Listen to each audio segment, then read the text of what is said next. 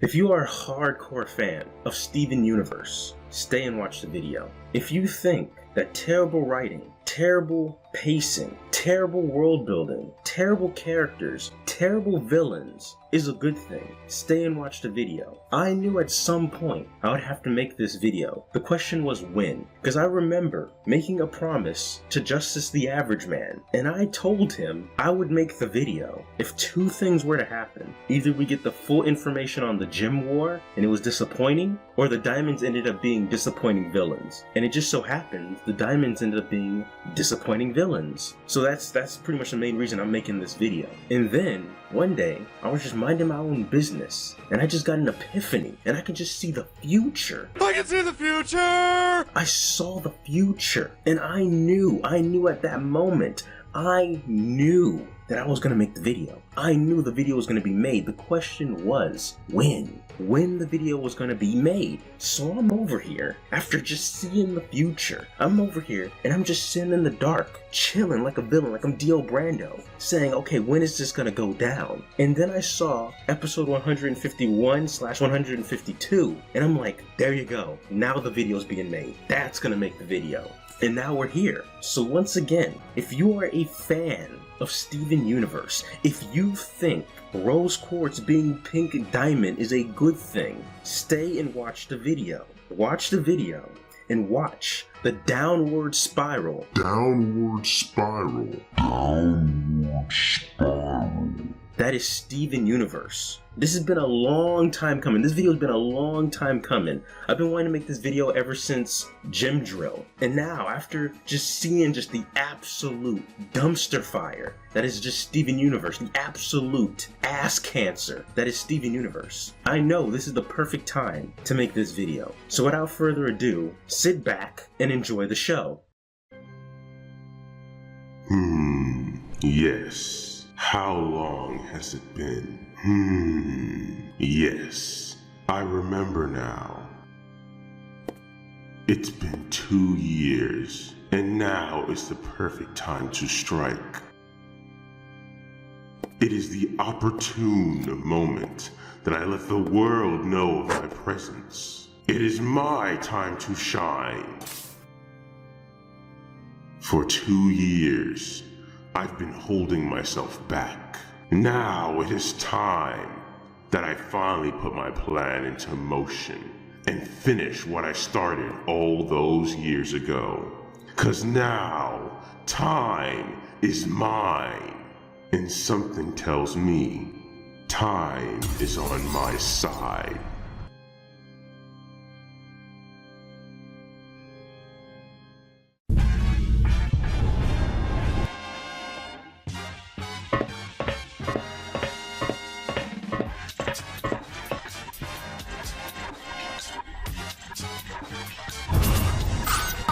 Want to you. I wouldn't want to me neither. Amethyst.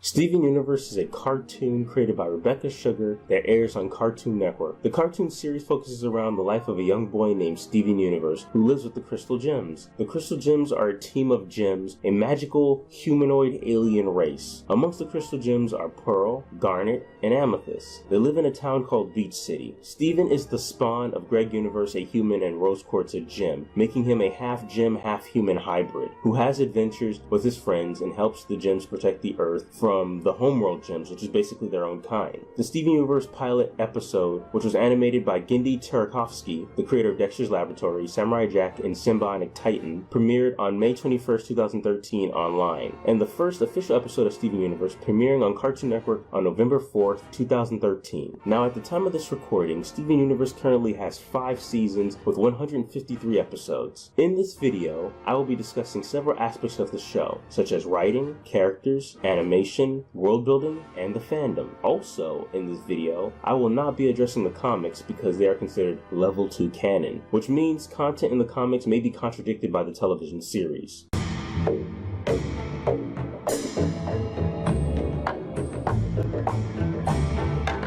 When does the magic begin?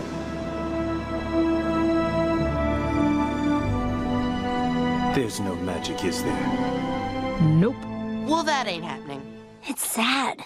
And funny. Oh, can I help you?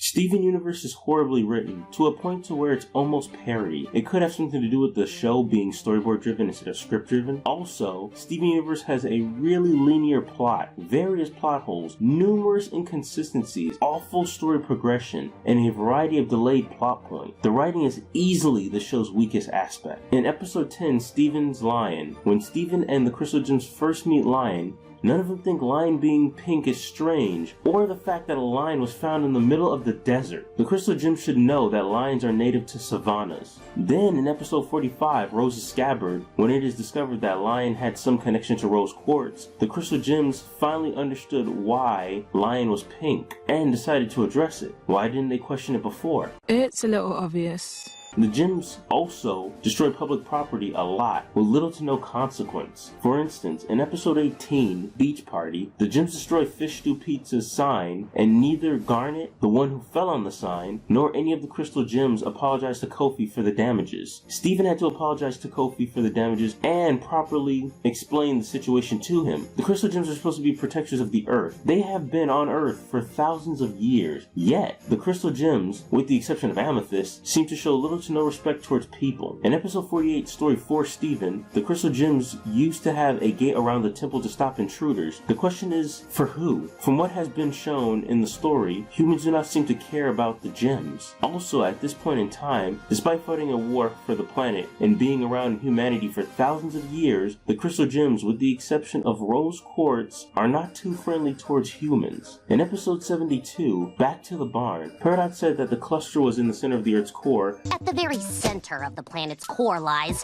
the cluster. But in episode 76, it could have been great. She said it was embedded deep in the mantle. But where is the cluster now? Hang on. There it is. It's embedded deep in the mantle. In episode 83, Hit the Diamond, despite the rubies seeing Lapis, Peridot, and Steven in their ship, they do not remember them after leaving the ship. Not to mention, this episode could have been about gems coming to Earth in an attacking manner, ordered by Yellow Diamond, but instead, it turned into an episode about baseball. In the same episode, when the rubies discover the crystal gems, they ignore them, despite them being fugitives of Homeworld, and continue their mission to find Jasper. Steven Universe can be very self-aware at points. For example, in episode 95, Gem Hunt, Steven admits that if Homeworld invades the Earth again, they will definitely not win. I guess if Homeworld invades Earth, things could get pretty crazy for humanity. Another example is in episode 73, Too Far. Peridot points out spontaneous singing and crying in the show. So that doesn't explain the spontaneous singing, singing while crying. In episode 104, Know Your Fusion, for some reason fusions like Sardonyx have their own part in the temple. Why? How does that work? Why do fusions need their own part in the temple? In episode 114, Steven's Dream, the Crystal Gems want to hide things from Steven, but doesn't go through the effort of removing or covering up gem locations. They only had, thousands of years to do so. In episode 115, Adventures in Light Distortion, Peridot says that the roaming eye, which is the Ruby spaceship, can bend reality if they, the Crystal Gems, turn on the gravity engine. It's a little more complicated than that. These aren't your Arrow 1 light kites. You're gonna be pretty much bending reality if you turn on the gravity engine. This makes no sense, since that would imply that Homeworld has access to reality-bending technology. This would make Homeworld extremely overpowered. In the same episode, Steven gets a crybaby power-up when Steven activates the gravity engine by accident. The force from the ship accelerating forward pushes him back to where he is unable to move. Afterward, Steven cries and just tries again, and is able to deactivate the gravity engine. Dad! Dad! I want my dad! I just want my dad.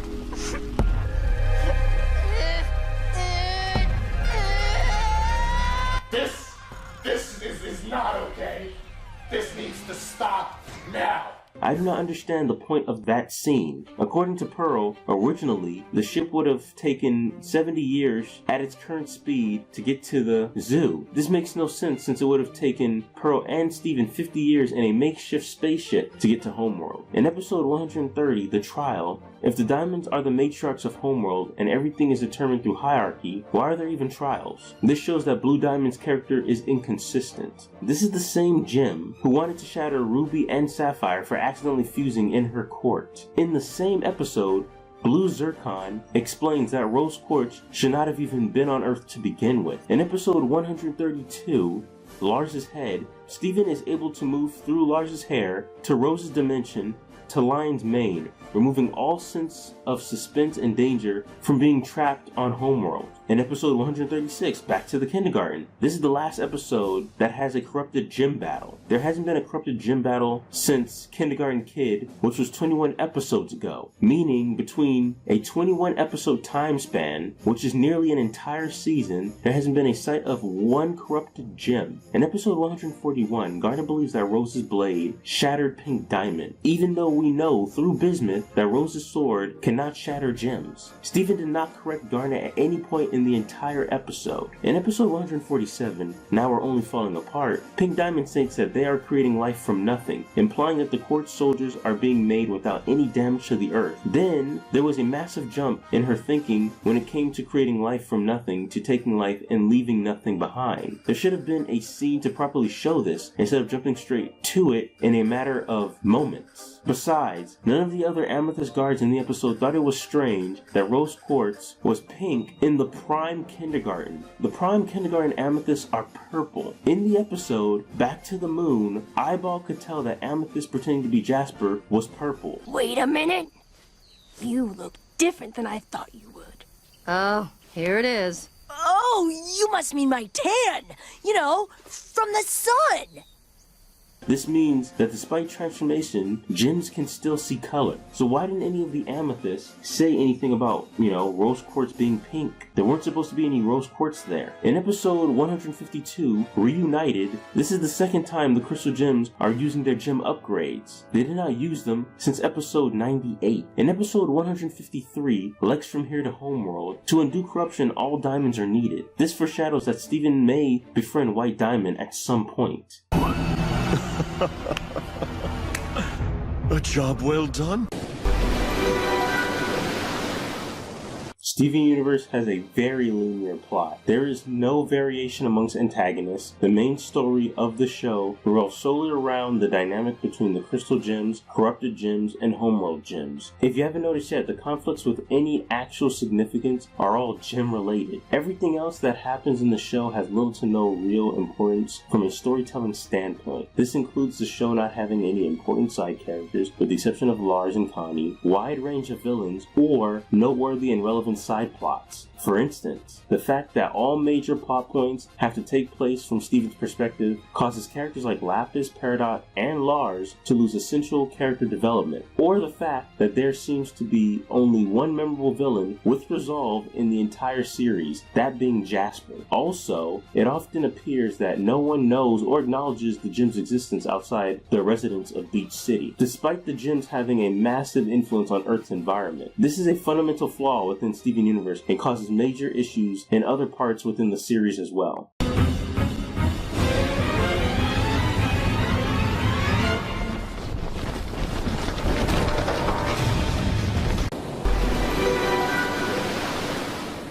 Steven Universe's plot has more holes than Swiss cheese. If Steven Universe was a sidewalk, people would constantly fall into all these holes. As the series progresses, the plot holes become more and more prevalent. In episode 8, Serious Steven, Mr. Smiley banned Steven from all the rides at Funland Amusement Park.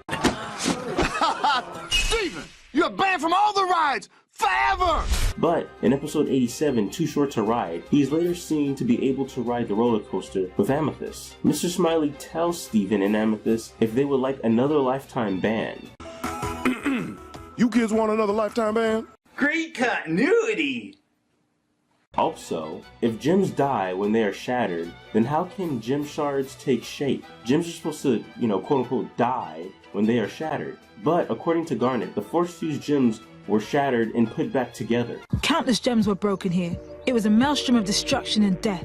But we won! In episode 61, We Need to Talk, Rose admits that she has loved other humans, but has never been in love with other humans, or at least does not understand how it feels to be in love with other humans. However, in episode 141, Your Mother and Mine, according to Garnet's story, Rose has fallen in love with humans before. This is a direct contradiction to what Rose said. In episode 68, Nightmare Hospital, the Beach City Hospital is nowhere to be found on the map despite its unique structure. Despite being a medical professional, Dr. Maheshwaran could not tell the difference between a human and a gem mutant. Dr. Maheshwaran took the gem mutant's heartbeat and pulse and didn't wonder why it was moving after it was found out that the gem mutant did not have any vitals. Despite seeing the gem mutants up close, Dr. Maheshwaran still believes that they are human. In episode 80, Gem Drill, after Steven communicates with the cluster after falling unconscious, you can see the cluster bubbling itself. In no part in the series has gems nor gem shards ever bubbled themselves. From what we know in the series, gems that are in their fully formed state can bubble other objects but not themselves, as seen in episode 23, Monster Buddies, where Garnet bubbles Steven and warps him to the temple. Therefore, the shards in the cluster should not have been able to bubble themselves. Gems cannot bubble themselves, and gem shards cannot bubble themselves either. In episode 139, Lars of the Stars, Lars has new clothes, making him look like a space admiral. The question is, where did Lars get these clothes? If gems do not wear clothes, it would make sense if he had a cape like Jasper did in episode 51, The Return, but he has more than just a cape. He has a new wardrobe. This is a plot hole if Lars stole those clothes along with Emerald's spaceship. In episode 146, A Single Pale Rose, Pink Diamond eats the shards instead of just throwing them on the ground. The reason she eats the shards is to simulate shattering, but this is contradicted by Amethyst eating. For instance, in episode 96, Crack the Whip, Amethyst ate donuts and drank soda before fighting Jasper. By this logic, when Jasper defeated Amethyst, an amalgamation of soda and donut mush should have came flying out of her. In episode 151 and 152, Reunited, the cluster forms and does not destroy the Earth, even though in episode 72, Back to the Barn, Paradox states that if the cluster ever forms, it will destroy the Earth. When this gem activates and takes its form,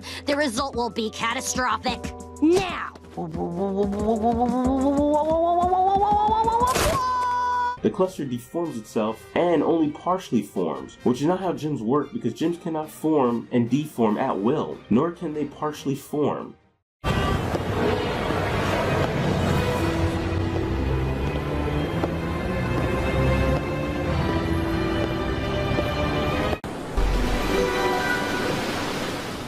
Steven Universe has a lot of inconsistencies. It can go as far as characters forgetting they have certain powers in certain situations, characters not having information they should have in certain situations, and characters not addressing issues in certain situations. In episode 43, Maximum Capacity, Greg forgets how a frame of him and Rose broke, despite the fact that Steven told him in episode 2, Laser Light Cannon. In episode 72, Back to the Barn, despite the crystal gems being on the planet for thousands of years, they have never found proof that the cluster existed in the Earth. Information on the cluster was found by Peridot in the abandoned Prime Kindergarten. In the same episode, Peridot has inflammation on her cheeks after Pearl punched her. Can gems even get bruises? When Greg shows Connie Steven's birthday pictures, a continuity error occurs. Greg never lost his hair until Steven's 3rd birthday. Yet, in his picture with Rose, he is already bald. As a result, Universe member Matt Burton tried to do damage control by explaining this error by saying Greg used Rogaine during the first 3 years of Steven's life. I mean, am I the only one that thinks that sounds absolutely fucking ridiculous? In a PBS interview, Rebecca Sugar said, "Initially, with Fusion, what I was really excited about was finding a way to talk about relationships that'd be fun and exciting and action-oriented in this show that's primarily targeted to 6 to 11-year-old boys. I want the audience to remember that because this becomes very important later on in the video.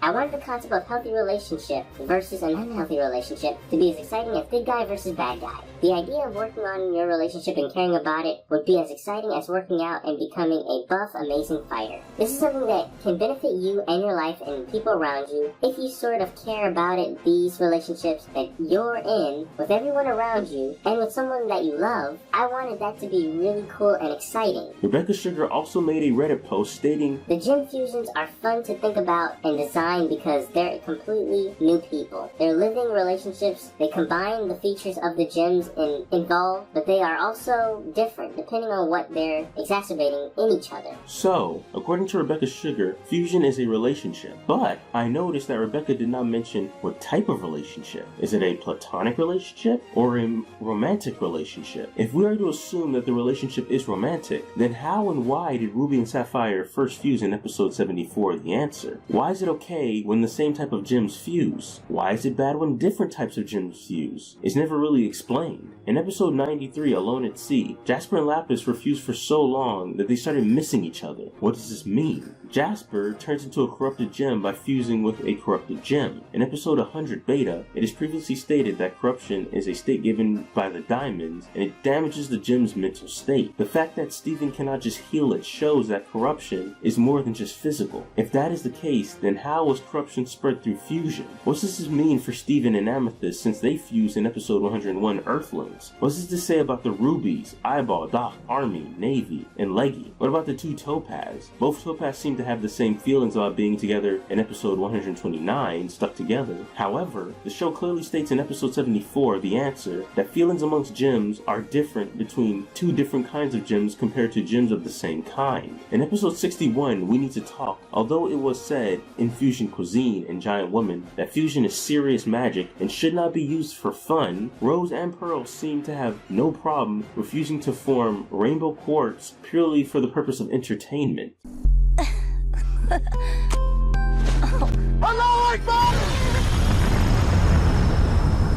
Look at this dude. Wait till you see the. No.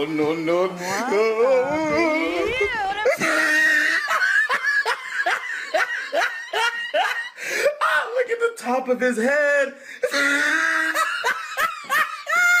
Look at his lips. That's all, folks. That's what you look like.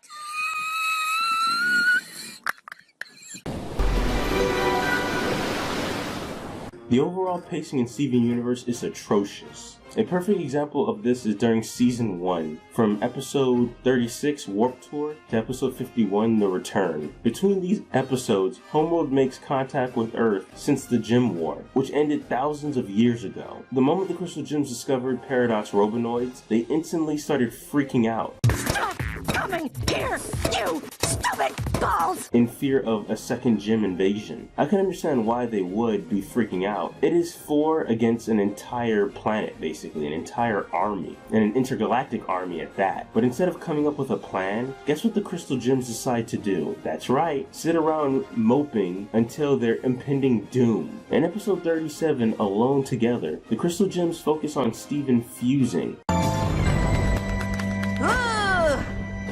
In episode 38, The Test, the Crystal Gems give Steven a test he cannot fail because he feels that he is either too weak or too incompetent to go on real missions, which he is. In episode 39, Future Vision, Steven and Garnet play around with Future Vision. In episode 40, On the Run, Steven and Amethyst go on a stupid adventure. In episode 45, Rose's Scabbard, Steven and Pearl go on a mission to learn more about Rose. My personal favorite, episode 51, Political Power, where in an attempt to create an EMP bomb against Paradox Robinoids, the Crystal Gems shut down all power in Beach City and take no responsibility for it, while sitting in the dark for hours thinking about how screwed they are when Homeworld decides to invade. As you can see, instead of the Crystal Gems using all that time to come up with a plan to fight an army, they just waste time. Another example of this is during Season 2, from episode 72, Back to the Barn, to Season 3, episode 80, Gem Drill. Between these episodes, we know that the cluster has been incubating in the Earth for thousands of years, ready to form, destroying the Earth as a result. With the emergence of the Gem Mutants in episode 71, When It Rains, Paradox believes that the cluster could form soon. At that moment, Steven and the Crystal Gems should be on edge because the cluster could emerge at any moment, destroying the world. Instead, in episode 72, Paradox and Pearl get into a giant robot competition. In episode 74, Garnet tells Steven a bedtime story. In episode 75, Steven celebrates his birthday. In episode 76, Steven is singing and taking it easy with the Crystal Gems. Paradox points this out in the same episode. It's going to be blown to oblivion by the cluster if we don't get back to also the reemergence of Malachite in episode 79, which is around the same time as the emergence of the cluster in episode 80. It just seems so bizarre that the Crooniverse would have the conflict of Malachite and the cluster around the same time. The planet that the Crystal Gems fought a war for is about to be destroyed in an instant, and they are not even treating the situation with urgency. My final example will be Season 5, Episodes 129, Stuck Together, to Episode 132, Lars's Head. In Episode 129, Lars talks about how pathetic he is, which Steven tries to convince him that he's just not an absolute piece of shit. In Episode 30, The Trial, Blue and Yellow Diamond appear, and for some reason they just did not obliterate Steven, who pretends to be Rose Quartz, by the way, and fails spectacularly. Is this necessary? While Blue Zircon pulls a Phoenix Wright and creates the biggest red herring in cartoon history. In episode 131, Off Colors, Steven and Lars escape the diamonds and meet the freaks of Homeworld. Lars dies and is then brought back through Steven's tears. In episode 132, Lars's Head, Lars' pink zombie hair is a portal to Lion's pink zombie hair, creating a pathway between Lars and Lion. Similar to season 2 through 3, an extremely tense situation is instantly removed and the sense of danger ends in the most anticlimactic way, leaving room for more skippable episodes. They just keep coming, and we don't even know what they are! We don't know anything! Steven Universe has plot points that seem to take forever to reach their conclusion. In episode 109, Last One Out of Beach City, Pearl manages to impress and obtain a mystery girl's number, a mystery girl that looks like Rose Quartz. In episode 146, A Single Pale Rose, it was revealed that Pearl had a cell phone for a month and did not call Mystery Girl. I think I know why Pearl has not called her yet. In the same episode, in Pearl's forehead dimension, you can see several phone numbers from what I assume to be other girls. Organized, meaning Pearl is well known for receiving numbers and never calling. 37 episodes and another plot point disappears into the ether. Will Pearl ever call Mystery Girl? Who knows and who cares? In episode 77, Message Received, Peridot calls Yellow Diamond a clod, a lump of dirt. At that moment, I thought that Peridot was going to be in big trouble. She blatantly disrespected one of the matriarchs of the Diamond Authority. And what's the end result? Well, absolutely fucking nothing. Peridot suffers no consequence for this. Any Homeworld gem that comes down to Earth afterwards are therefore a completely unrelated matter. In episode 151/152, Reunited, when Peridot confronts Yellow Diamond again, it is revealed that Yellow Diamond does not even remember her, which begs the question of what was the point of that entire scene? It took 75 episodes for that plot point to come around full circle, only to end with nothing of interest or value. Besides Homeworld gems, there are corrupted gems and gem mutants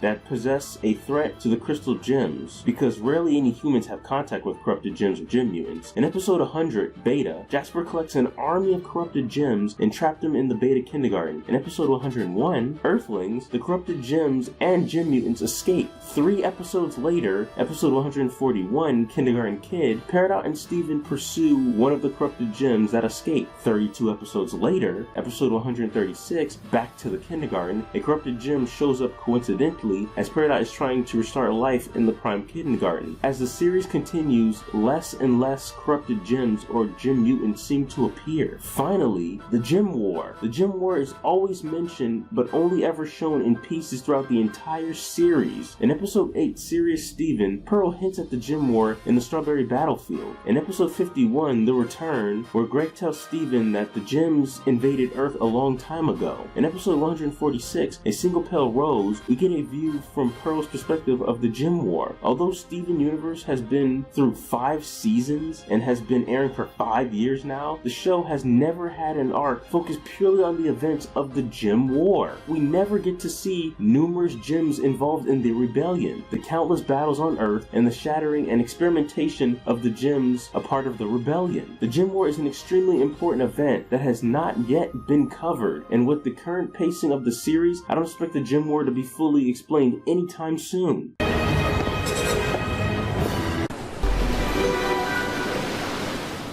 Steven Universe throughout the series has had a lot of episodes that can be skipped entirely. These episodes are well known as town episodes or filler, and I can understand why people would call them filler. Even though they're technically not filler, it gives the feeling of filler. These episodes either add nothing to the story whatsoever, or probably just like maybe a tiny bit of information, and are usually extremely fucking boring. Episodes like episode 22, Steven and the Stevens, episode 33, Garnet's Universe, episode 47, Shirt Club, episode 56, Love Letters, episode 88, Beach City Drift, episode 91, Kiki's Pizza Delivery Service, episode 104, Know Your Fusion, episode 107, Future Boy Zoltron, episode 109, Onion Gang, episode 119, The New Crystal Gems, episode 121, Rock Naldo, and plenty more. Hallelujah! Holy shit! As the series progresses, there are more skippable episodes that seem to appear. Like, why is the Crewniverse bent on wasting everyone's time? It makes no fucking sense. There are so many questions that need to be answered, yet the Crewniverse feels like it needs to waste everyone's fucking time with these completely skippable episodes that are boring as shit and usually add nothing to the main story. But what makes these skippable episodes even more unbearable is the amount of hiatuses the show goes on. You see, Steven Universe has these things called Steven Bombs.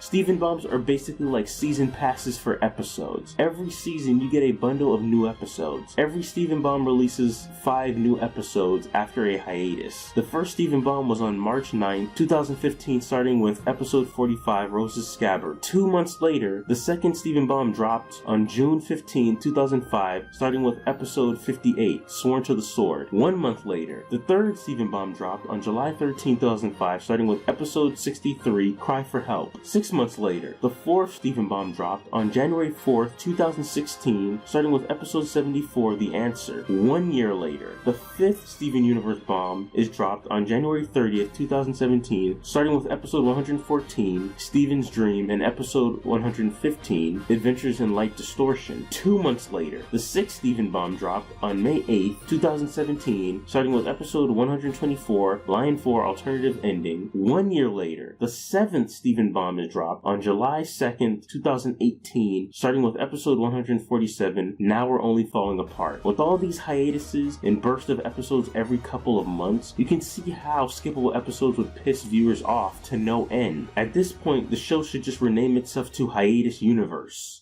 Found you. Now get closer. We need to catch up to them. I can't use the world if I'm this far away.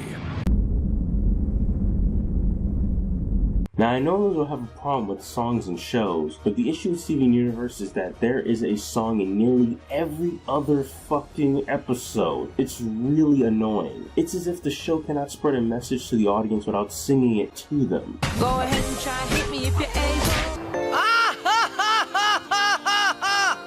What is the point of songs like Giant Woman from episode 12, Steven and the Stevens from episode 22, On the Run from episode 40, Full Disclosure from episode 53, and Peace and Love on the Planet Earth from episode 76? Noise.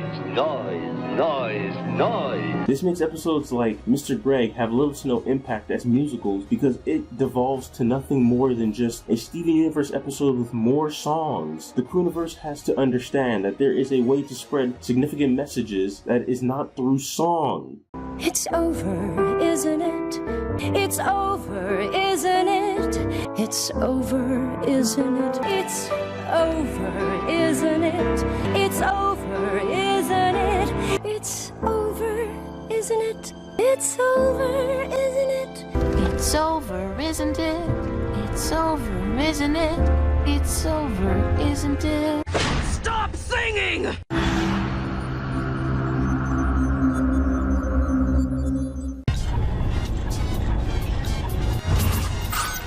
She's not even she's, she just, like the,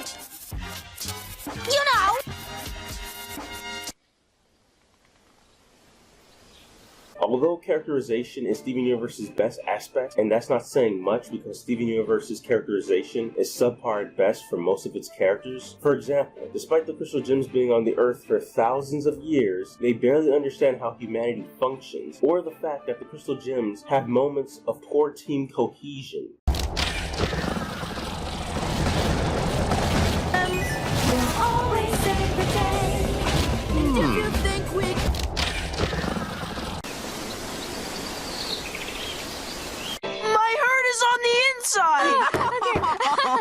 Steven Quart's universe is probably one of the worst main characters I have seen in a while. This 14-year-old that looks like a 9-year-old Steven, you're 14?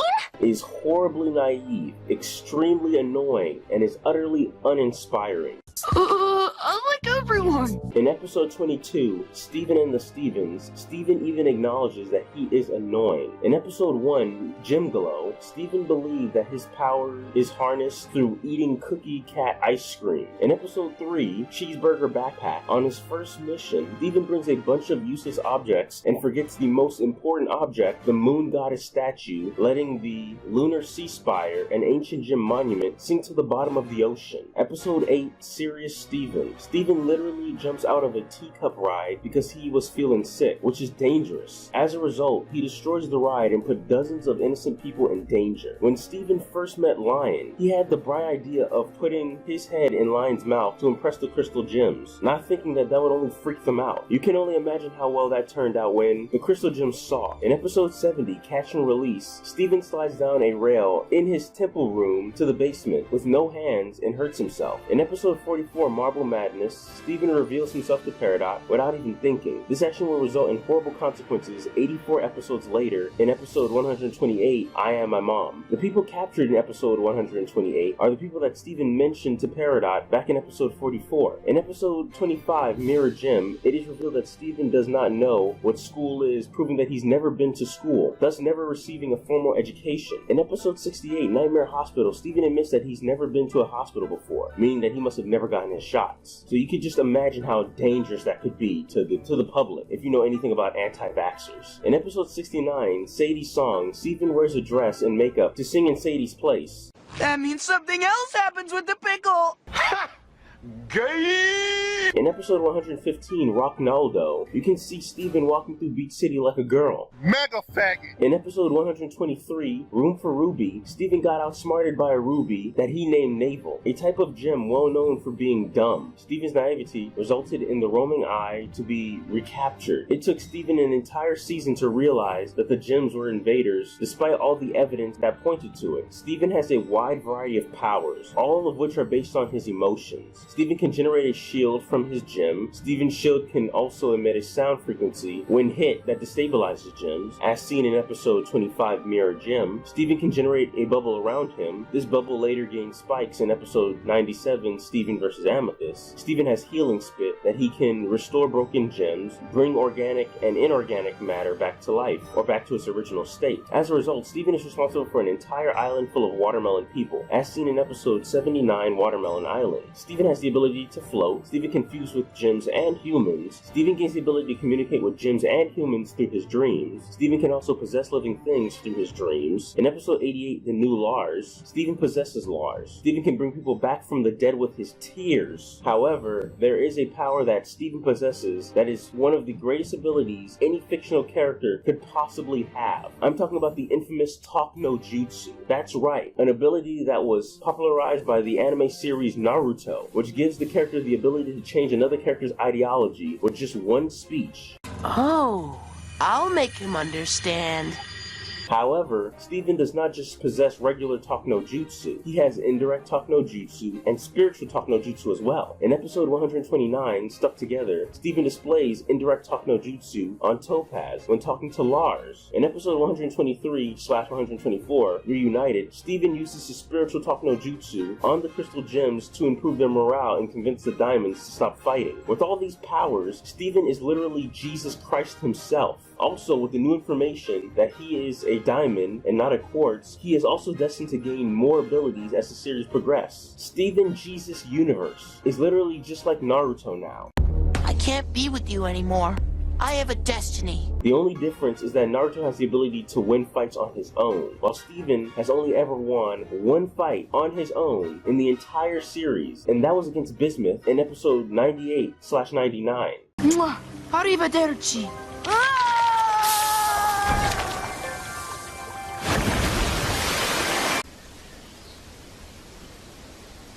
Nothing else could fit so perfectly inside.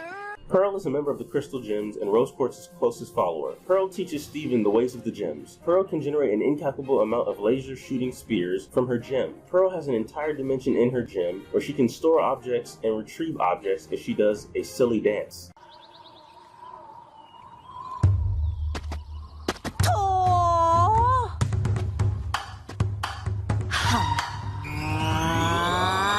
This is why I get up in the morning.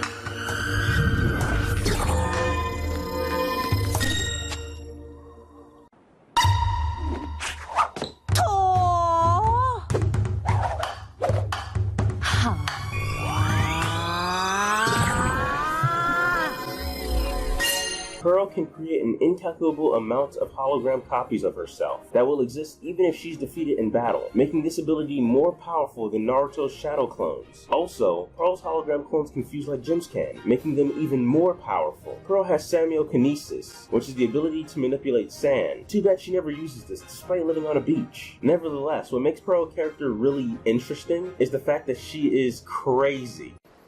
I like to watch you sleep sometimes. And by sometimes, I mean often.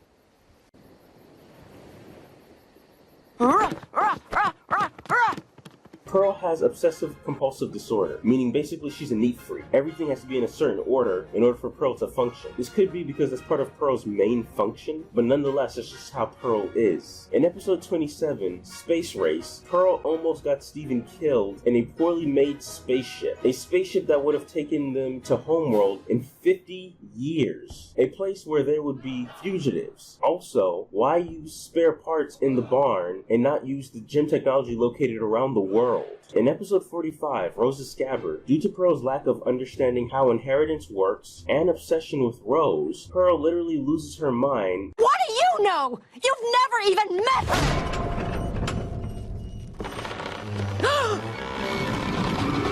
And run away to the gym battlefield. As Steven tries to pursue Pearl to talk to her, Pearl lets Steven almost fall to his death at the edge of some floating rocks, and Pearl does not attempt to help him. In episode 108, Last One Out of Beach City, Steven admits that Pearl almost let him die. That's the most scared I've been since you almost let me die! In episode 58, Sworn to the Sword, Pearl starts training Connie in sword fighting. Later, it is revealed that Pearl used to constantly sacrifice herself in battle to protect Rose. Pearl was literally grooming Connie to be a sacrificial lamb in battle to Steven. The reason Pearl did that was to project her feelings for Rose onto Steven. Why won't you just let me do this for you, Rose? Wow. In episode 63, Cry for Help, Pearl rebuilds the communication hub as an excuse to fuse with Garnet, putting the Earth in jeopardy and creating tension amongst the team. It's just so much fun being sardonyx with you. In episode 67, Friendship, Pearl admits the reason she tricked Garnet into fusing with her was to feel powerful. So despite fighting a gem war to gain independence from Homeworld, Pearl defaults to her function. She tells Garnet that she needs someone to tell her what to do. In episode 61, We Need to Talk. In the past, Pearl was jealous that Greg was able to win Rose's affection. Pearl said some harsh things to Greg behind Rose's back. You're just a phase. You know that, right? In episode 86, Mr. Greg, Greg and Pearl finally move past the Rose incident, I think. The reason I said I think is because in episode 108, Last One Out of Beach City, Pearl falls in love with another woman that looks like Rose. In the same episode, Pearl admits that she did not like socializing with humans. In episode 113, 3 Gems and a Baby, Pearl almost murders Steven because of the Crystal Gems' lack at understanding what a baby is. We'll be together again. You gotta remember, these are the same gems that have lived on the planet for thousands of years and have seen humanity kind of develop over those years. Yet the Crystal Gems don't know what a baby is. Like, I just find that to be bizarre. If you are a hardcore fan of Steven Universe, you have to at least admit that's a bit strange. In episode 146, A Single Pale Rose, Pearl has had her cell phone for a month and did not call Mystery Girl. I think it has something to do with Pearl having lots of different phone numbers stored in her head. Fun fact, Garnet once stated that that Rose shattered Pink Diamond so Pearl could be free. However, since the shattering of Pink Diamond was revealed to be a ruse the whole time, it can be indicated that Pearl was never truly free from her servitude role, as she had been executing Pink Diamond's final order for a millennia, as well as fighting alongside her throughout the rebellion. So, the reason why Pearl never spoke about the diamonds, and is forced to cover her mouth every time she attempts to do so, is revealed to be due to Pink Diamond's final order to never speak of her faking her death. Universe member Joe Johnson confirmed that this was part of Pearl's functionality. They cannot disobey a clear order from their owner. Oh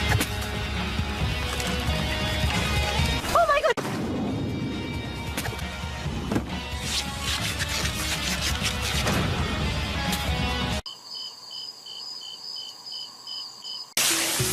No! Mi torta! Amethyst Facet 5 Cut 8XM is the most social and human-friendly of the Crystal Gems. Unlike her teammates Pearl and Garnet, Amethyst was born on Earth in the prime kindergarten. Amethyst was overcooked, meaning she emerged out of her hole late, and as a result, came out kind of deformed.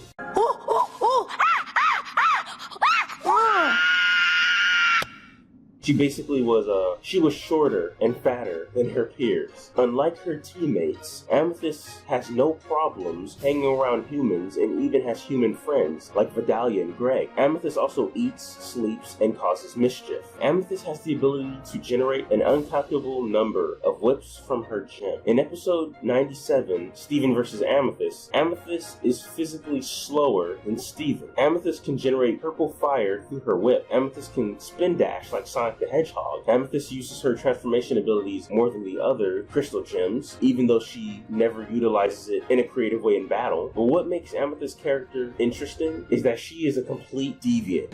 Aww, I'll use it all the time. In episode 43, Maximum Capacity, Amethyst traumatizes Greg by turning into rose quartz in front of him. She turns into Greg's dead wife, Steven's dead mother, right in front of him. Greg mentions that she has done this before. It is also heavily implied that Amethyst and Greg had something going on together. In episode 70, Catch and Release, Amethyst admits to eating garbage. It's the tuna burrito from Aqua Mexican. That place closed like 5 years ago! Ow. In episode 96, Crack the Whip, Jasper defeats and almost shatters Amethyst. In episode 148, What's Your Problem? Steven says that Amethyst is the most mature of the gem, which is kind of ridiculous when you really think about it. I mean, that's like saying a fuck you to Garnet. Like, come on, that's a bit ridiculous. Who wants to watch a cartoon about people crying?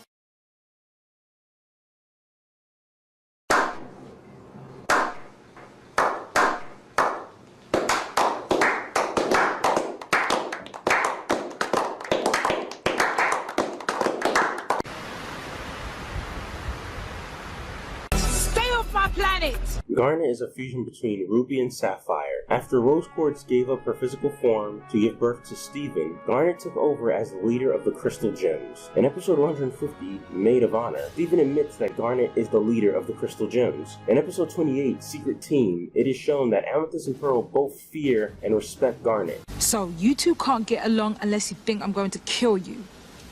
In episode 32, Fusion Cuisine, you can see that Garnet does not do well under pressure. You can see this fault in her character. I thought violence would be the answer. In episode 114, Steven's Dream, when Garnet saw Blue Diamond using her future vision and was too scared to do anything about it. Steven, I'm sorry. Garnet! I saw you come here. I saw Blue Diamond on Earth. I saw her see me and find all of us.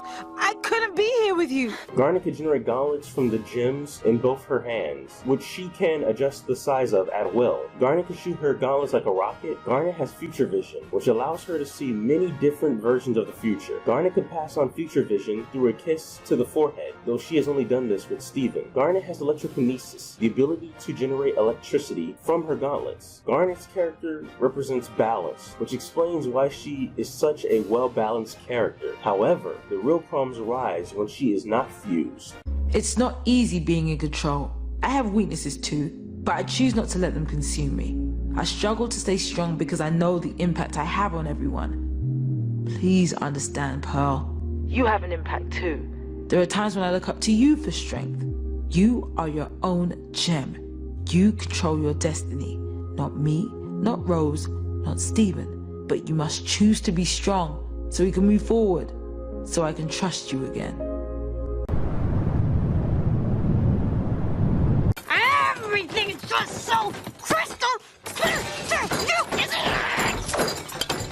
Ruby is a homeworld common soldier, while Sapphire is an aristocratic homeworld gem whose purpose is to see the future. Sapphire and Ruby were at Blue Diamond's court when an incident occurred involving the crystal gems. As a result, Ruby and Sapphire accidentally fused and was condemned to death. At that moment, Ruby and Sapphire abandoned the Diamond Authority and would later join the Crystal Gems as a fusion named Garnet. Ruby can generate a gauntlet with her gem and has thermokinesis, which allows her to generate heat depending on her emotional state. Sapphire can use future vision to see multiple possibilities of the future. Sapphire also has cryokinesis, which allows her to generate frigid temperatures depending on her emotional state. Also, Sapphire has the ability to levitate. Nonetheless, when Sapphire and Ruby aren't Garnet, they are extremely annoying. Nonetheless, in episode 64, Keystone Motel, Ruby gets so mad about the situation that happened between Garnet and Pearl, she almost boils Steven alive in the public pool. Sapphire gets so upset about the situation between Garnet and Pearl that she almost freezes Steven alive in the motel. In the morning, when Steven, Greg, and Ruby and Sapphire are dining at the best diner in the world, Ruby destroys the dining table out of pure anger. In episode 83, Hit the Diamond, Ruby and Sapphire cannot focus on the mission at task when separated. They spent the whole time flirting, putting the Earth at risk. In episode 149, The Question, after pretending to be a cowboy for nearly a day, Ruby decides to propose to Sapphire. Despite Sapphire being the feminine gem, she is seen wearing a suit, and despite Ruby being the masculine gem, she is seen wearing a dress. Why? Also, being on Earth for thousands of years, they never thought of getting married once? I find that very hard to believe. If you are a hardcore fan of Steven Universe, you have to find that just a bit strange that the gems have been around for humanity, yet for some reason Ruby and Sapphire never thought once to get married. But I mean, if you just shut off your brain and don't think about it, it makes perfect sense. Come to me!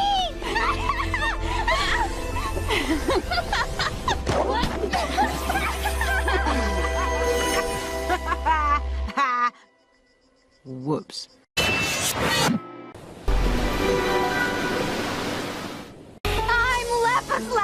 Lapis Aquafina Lazuli is a gem that was visiting Earth. Unfortunately, she was at the wrong place at the wrong time and was caught in the middle of a gem war. This resulted in Lapis being captured and trapped in a mirror by Homeworld. In episode 81, Same Old World, it is shown that Lapis was picked up by a Homeworld bismuth and used as a magic mirror to reveal information about the crystal gems. After the gem war ended, the magic mirror was found by Pearl with the gem cracked. Lapis is later given to Steven by Pearl. Lapis sends cryptic messages to Steven through the magic mirror, and Steven, following the messages, would later release her from her mirror prison. When Steven and Lapis meet again, Steven heals her gem using his healing spit. Lapis has hydrokinesis. In episode 25, Mirror Gem, Lapis Lazuli is seen to be able to manipulate the Earth's entire ocean. Lapis can fly using wings made of water that is generated from her gem. Lapis can also create water clones and water constructs using her hydrokinesis. As shown in episode 81, Same Old World, Lapis is able to project any of her memories onto a mirror-like surface. In episode 151/152, Reunited, Lapis has the ability to withstand Blue Diamond's radiated pathokinesis because of her past trauma of being trapped in a mirror for thousands of years and being fused with Jasper. Now, from a characterization standpoint, Lapis is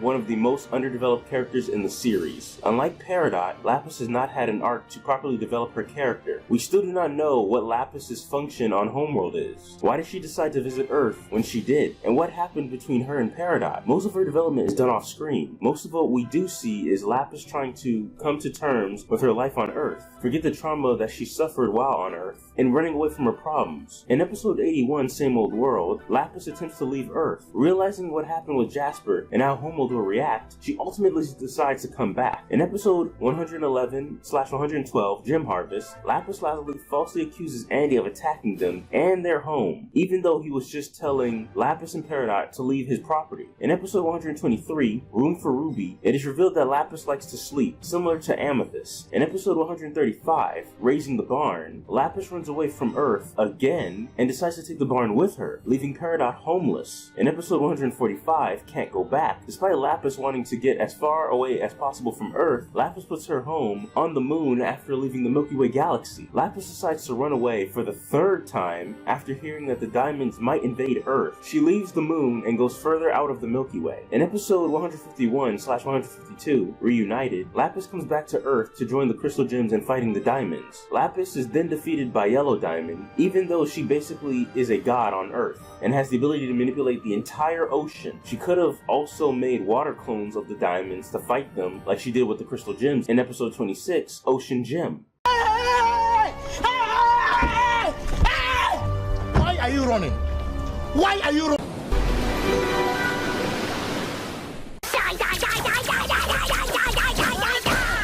Peridot Guacamole Dorito Facet 2F5L Cut 5XG is an Era 2 Peridot ex-homo gym technician and certified kindergartner. Peridot at first was an antagonist to the Crystal Gems when she first appeared in episode 36 Warp Tour. After episode 52 Jailbreak, Peridot was trapped on Earth desperately trying to get back to Homeworld. But after the events of episode 70 Catch and Release, when she was captured, to episode 71 When It Rains, where she made a truce with the Crystal Gems to stop the cluster from forming, Peridot later on joins the Crystal Gems in episode 77, Message Received, and confirms this in episode 101, Earthlings. Peridot has Ferrokinesis, which is metal manipulation powers, which she discovers in episode 87, Too Short to Ride. In episode 100 Beta, Peridot's metal manipulation powers were limited to multiple small objects. Later, in episode 119, The New Crystal Gems, Peridot can lift a truck with her metal manipulation powers. In episode 103, Kindergarten Kid, it is shown that Peridot is extremely durable. Praise me!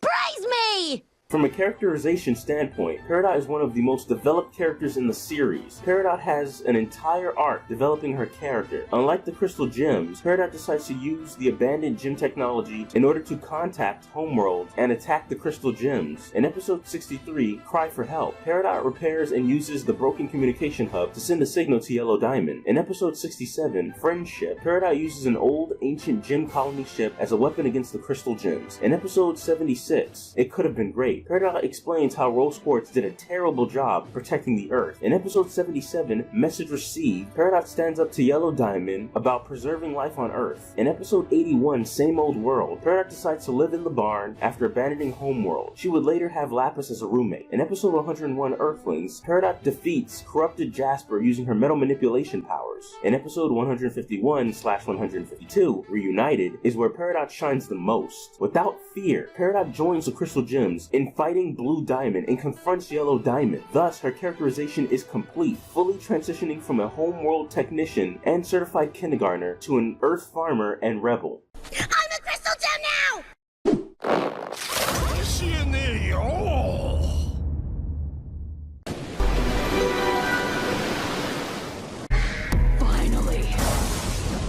Jasper Cheeto, the kindergarten quartz that could, is a gym soldier that was born on Earth in the Beta Kindergarten. Jasper was originally a part of Pink Diamond's faction of the Diamond Authority until Pink Diamond was shattered by Rose Quartz. Jasper joined Yellow Diamond's authority and fought in the Gym War against Rose Quartz. In episode 101, Earthlings, Jasper became corrupted after fusing with one of the corrupted gems that she had held captive. Jasper was poofed by Peridot and bubbled by Amethyst. Jasper can generate a helmet from her gem. Like Amethyst, Jasper can also do a Sonic the Hedgehog spin dash. Fighting is my life.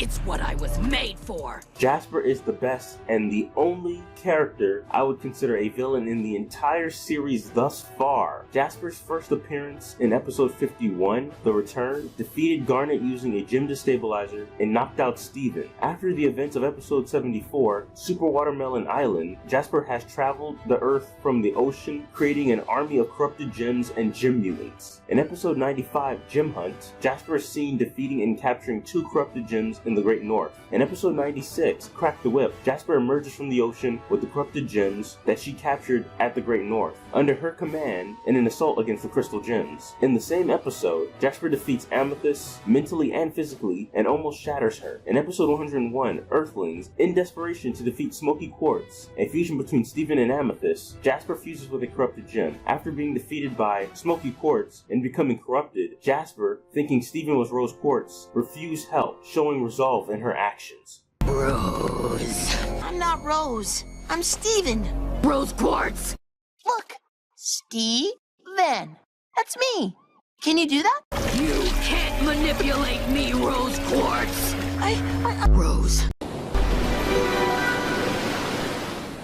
I'm Connie. Me, Connie. Connie, friend. Connie Maheshwaran is Steven's best friend and has been trained by Pearl to fight alongside Steven. Connie first appeared in episode 7, Bubble Buddies. Connie started out as a character with no friends sitting alone at the beach until Steven saved her from some falling debris caused by an earthquake due to a corrupted gem. Connie is proficient in martial arts and sword fighting due to her training with Pearl. Connie has survival skills and high intellect. In episode 106, Mindful Education, due to Pearl's training, Connie instinctively broke a kid's arm. Itadakimasu. Connie, from a characterization standpoint, is a well-developed side character. However, she is useless in combat without Steven. For example, in episode 95, Gem Hunt, Connie froze when confronted by a corrupted gem, despite all her training with Pearl. In episode 151/152, Reunited, when all the crystal gems were being affected by Blue Diamond's pathokinesis, Connie charged in with Lion for an attack. Although she failed, I really didn't expect her to succeed either. Connie is still young and still learning. In episode 119, The New Crystal Gems, Connie calls out Peridot and Lapis for acting like children. Nonetheless, Connie had her bad moments, like in episode 32, Fusion Cuisine, where Connie lied to her parents about Steven's family. When the dinner went south, Connie suggested that her and Steven run away, which is an incredibly stupid idea. Good thing Alexandrite stopped them. But Connie's character was at its worst in episode 133, Dewey Wins, when Connie blamed Steven for sacrificing himself to protect the citizens of Beach City and the Crystal Gems, which consisted of Onion, Jamie, Sadie, Lars, Pearl, Garnet, and Amethyst. Say it to my face!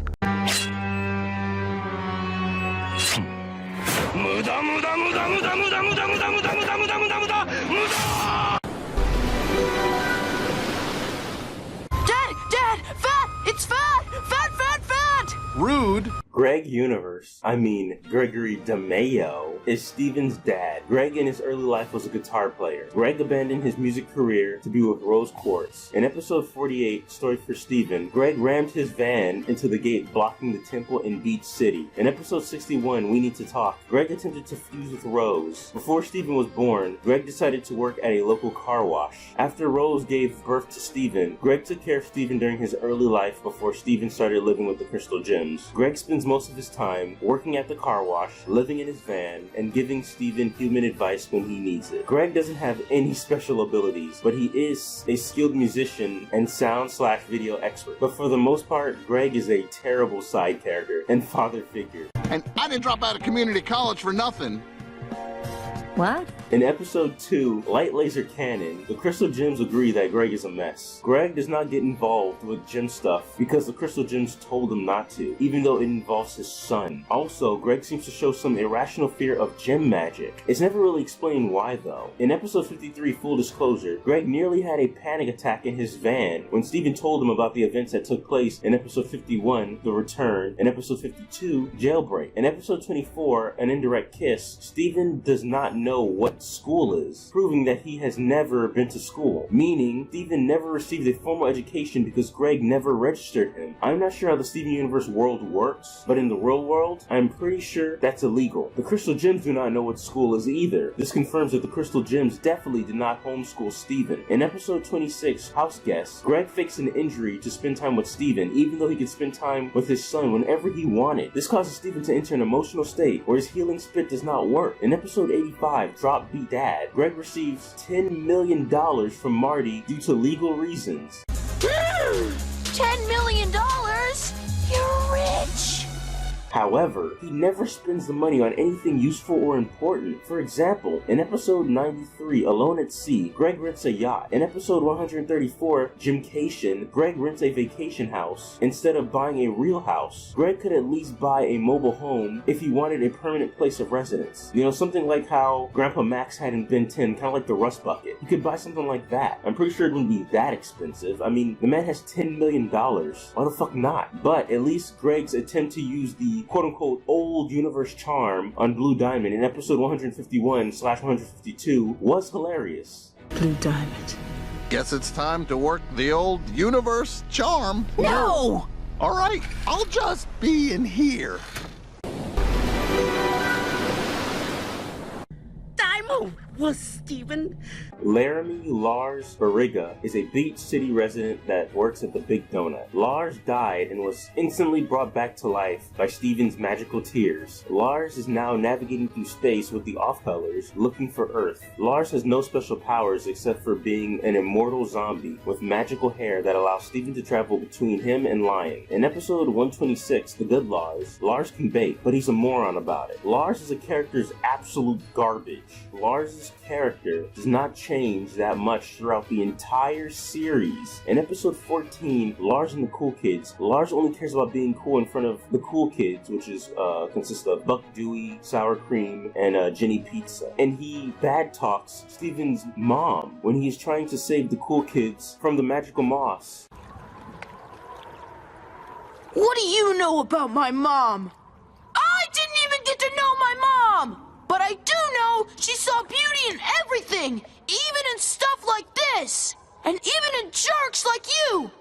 In episode 21, Joking Victim, Lars skips work to hang out with the Cool Kids by faking a back injury, hurting Sadie, who was worried about him. In episode 41, Horror Club, it is shown through a flash of a corrupted gem that Lars betrayed Ronaldo's friendship, making Lars a worse person than Ronaldo. In episode 88, The New Lars, Steven possessed Lars for nearly an entire day. The residents of Beach City and Lars' parents couldn't even tell that he was acting differently when he was possessed by Steven. If anything, people liked him better when he was possessed by Steven. In episode 128, I Am My Mom, Lars acts like a coward and lets Sadie get captured by Topaz, resulting in him getting trapped on the ship with Steven. In episode 131, Off-Colors, Lars dies after saving the Off-Colors from a Jim Robinoid. After dying, Steven brings him back to life, making him the second plot-important side character in the series. In episode 139, Lars of the Stars, Lars captures a homeworld spaceship off-screen while his crew, the Off-Colors, are in danger. Lars is more preoccupied with his Earth life than helping out his friends. Lars is still thinking about the Cool Kids while his crew is in danger, but at least he pulls himself together in the very end and save everyone. I could at least give him that much credit, although that's not really saying much.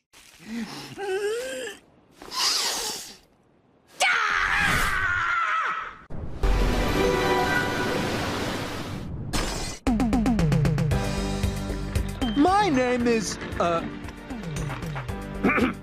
my name is Ronaldo. Ronaldo Fryman is the de facto worst character in Steven Universe. Ronaldo is a conspiracy theorist that runs a blog called Keep Beach City Weird. Keep Beach City Weird is an actual Tumblr blog in real life. I'm not shitting you, I can't make this shit up. That has not been updated in a year. In episode 31, Keep Beach City Weird, despite the quote-unquote paranormal activity being gym-related, Ronaldo chooses to ignore it. Steven, trying to make Ronaldo feel better, dresses up as a snake person and is then kidnapped by Ronaldo despite his costume being poorly made. The crystal gems break into the lighthouse where Steven is being held and proceed to beat Ronaldo's ass. Unfortunately, Steven breaks free from his restraints and prevents the greatest scene in Steven Universe history. In episode 41, Horror Club, Ronaldo almost kills Lars in sacrificing him to a gem-possessed house. Like seriously, what a fucking psychopath. In episode 59, Rising Tides, Crashing Skies, Ronaldo could have been a good character if the writers tried. In episode 121, Rocknaldo, which is probably the worst episode in the entire fucking series, Ronaldo choosing to play the role of a gym named Bloodstone is a reference to Steven Universe fans who create gymsonas, or original gym characters who have their own personality and abilities. Like, seriously, what the fuck was the point of that episode? What was the point of Rocknaldo? Like, why? It's the worst episode in the entire goddamn series. Like, fuck this character. Fuck Ronaldo. If the writers actually gave a damn, his character could have been very interesting. But man, what a fucking missed opportunity Ronaldo as a character is. But I'm a crystal gem too. Out of this house! Out of this house!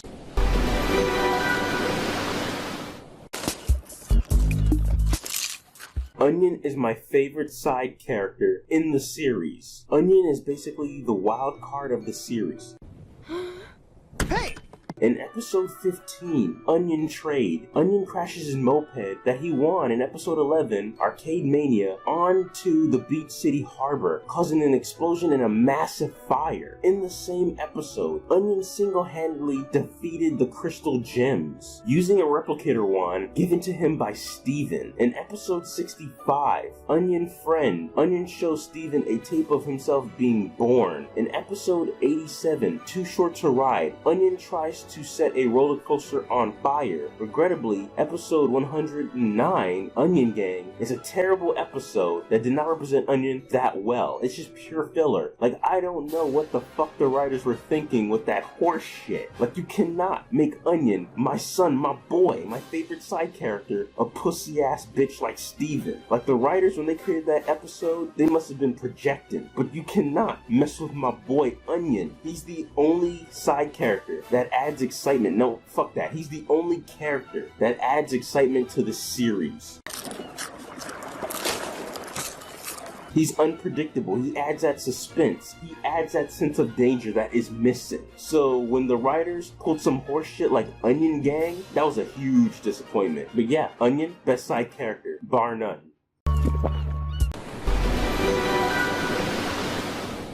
Mom? Oh geez, those feelings are complicated. Rose Quartz is the founder of the Crystal Gems. When Rose became fascinated by Earth's beauty, Rose decided to start a rebellion against Homeworld, successfully driving the invading Homeworld gems off Earth. Rose eventually fell into a romantic relationship with Greg before giving up her physical form to give birth to Steven, who inherited her gem. However, Rose Quartz is far from perfect, and I mean far from perfect. As a character, the best word I could use to describe her is shady. Real shady. In episode 2, Laser Light Cannon, Rose Quartz did not tell the Crystal Gems how to use the Rose Cannon, which is extremely important when the Red Eye decided to come to Earth and almost destroy Beach City. In episode 74, The Answer, Rose Quartz's message at the end of the episode was really dumb. No more questions. Don't ever question this. You already are the answer. What? Her answer to Garnet was basically, don't think about it and let it happen. You are the answer, derp. So basically, if something strange is happening in your life, you shouldn't try to find answers for why it's happening. No, you should just let it happen. Don't even think about it. Just shut your brain off. There were theories in the fandom years ago about Rose Quartz not shattering Pink Diamond or Rose Quartz being Pink Diamond. Honestly, I thought these theories were dumb. Naturally, I did not take them seriously because this would destroy Rose's character, and the theories were pure speculation based on little to no evidence. However, in episode 146, A Single Pale Rose, it was revealed that Rose Quartz was Pink Diamond. This reminded me how I predicted that Toby was Obito based on the name alone. And it turns out I was right years later. This was not just a huge blow to Rose's character, because it would mean that she did not have the resolve to save Earth. But the outcome ends up being the worst possible outcome, because this does not mean that Rose Quartz is a bad character, but her character never existed. I'm almost there!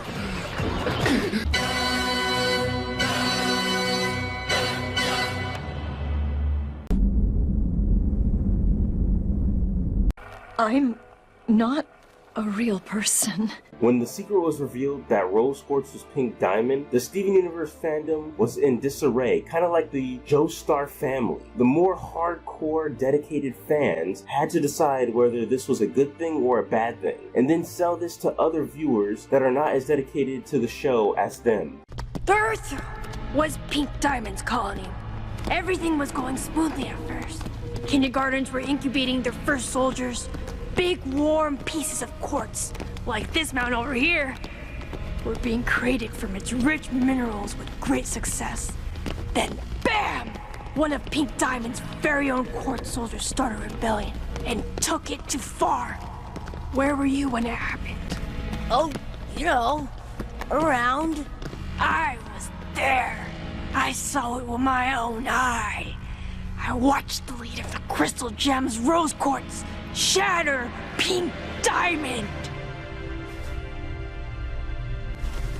Now, obviously, Rose Quartz being Pink Diamond is a bad thing, for many different reasons. This means that Pink Diamond faked her own death, which started a war with Homeworld, divided her fraction of the authority, and resulted in many gems being shattered and experimented on. The alternative would have been to stand up for herself, not fake her own death, not divide her own authority, and result in the shattering and corruption of nearly all her subjects. In episode 140, Jungle Moon showed that Pink Diamond demanded her own planet to Yellow Diamond. In episode 147, Now We're Only Falling Apart, it is revealed that Pink Diamond became Rose Quartz out of her own weakness. Instead of standing up to the Diamonds and enforcing reign on her own colony, she ran away from her responsibility. In episode 151/152, Reunited, and episode 153, Legs from Here to Homeworld, it is shown that Yellow and Blue Diamond cared and respected her. Pink Diamond stood her ground on this issue. I'm sure that Blue and Yellow Diamond would have respected her wishes. In episode 118, that would be all. Because of the Gem War, all Rose Quartz were bubbled and kept in the human zoo facility. In episode 130, The Trial, Zircon states that Rose Quartz has been a recognized threat for several hundred years before the shattering of Pink Diamond, meaning that Pink Diamond was pretending to be Rose Quartz and herself at the same time before faking her shattering. In episode 146, A Single Pale Rose, the reason why Pearl never spoke about the diamonds and is forced to cover her mouth every time she attempts to do so is revealed to be due to Pink Diamond's final order to never speak of her faking her death. Crewniverse member Joe Johnson confirmed that this is part of Pearl's functionality. Pearls cannot disobey a clear order from their owner. Additionally, Pink Diamond got some dirt, heated it up, made it look like a pink diamond somehow. This makes no sense because diamonds are not made that way, and the shards will not make a perfect diamond shape. Remember, in The Trial, an investigation was done afterwards. In episode 147, Sapphire makes some really good points about Rose Quartz being Pink Diamond. Everything we were running from. She was right there all along, using us for her little war, smiling at us with those knowing eyes, making me believe in a better future that I couldn't see because it wasn't real. And now here we are, our friends shattered and corrupted. Of course she was a diamond. What a long road she took to torture us like this. In episode 35, Line 3 straight to video, Rose Quartz is a hypocrite. She says, and I quote, "Every moment you love being you." And I need you to know that every moment you love being yourself. That's me. Loving you and loving being you. This is very ironic since she changed her identity to escape from being Pink Diamond. Fool me once, shame on me. Fool me 4 times, you already fooled me, and you can't fool me again. Why can't you just let me grieve? Blue Diamond, as a character and a villain, is a massive disappointment. And when I mean a massive disappointment, I mean a massive disappointment. In episode 74 of The Answer, Blue Diamond was going to execute Ruby and Sapphire for accidentally fusing. This scene gave the impression that Blue Diamond was supposed to be cold, strict, and calculated. You will be broken for this. But for the majority of the series, all we see is Blue Diamond crying. This automatically breaks the illusion of how villainous Blue Diamond was supposed to be. In episode 153, Legs from Here to Homeworld, Blue Diamond, confusing Steven for Pink Diamond, forgives her, or him, depending on how you're looking at it, even though Pink Diamond faked her own shattering, pretending to be someone else, and started a war with the Diamond Authority. She just kind of forgave that. It was just really weird. Did no one else find that weird except me? Like, if you are a hardcore fan of Steven Universe, you have to find that fucking weird. Don't tumble my rocks! Please tell me you're joking. Just like Blue Diamond, Yellow Diamond as a villain and a character is also a massive disappointment. When Yellow Diamond first appeared in episode 77, Message Received, the fandom was comparing her to Dio Brando. I've been an immortal being for an entire century, but never in my wildest dreams could I have imagined I'd feel something this exhilarating. My favorite villain was being compared to this character that only showed their face. So imagine my shock when Yellow Diamond could not live up to the mantle of Dio Brando. When the fandom went and put Yellow Diamond on this pedestal that she did not deserve. In the same episode, Peridot disrespects Yellow Diamond, and instead of sending Homeworld troops to retrieve her, she just forgets. This is confirmed in episode 151/152, Reunited, when Peridot confronts her in the same episode for the second time. In the same episode, when Yellow Diamond is thinking to herself, she is saying, quote unquote, I knew Pink couldn't handle a colony, but I gave in, and now I'm to blame for her fate. This implies that it was Yellow who granted Pink Diamond the Earth, and that it may have previously been one of her colonies. This quote-unquote giving in may have been due to Pink Diamond pressuring Yellow Diamond, such as the tantrum shown in Jungle Moon. In episode 153, Legs from Here to Homeworld, Yellow Diamond confusing Steven for Pink Diamond also forgives him/her, even though she faked her own shattering, pretended to be someone else, and started a war against the Diamond Authority. The only thing I can give Yellow Diamond credit for being a villain is defeating both Peridot and Lapis, and also curb stomping Steven when he tried to pull Talk No Jutsu. I mean, that's pretty much it in a nutshell. Case closed. Right, my diamond?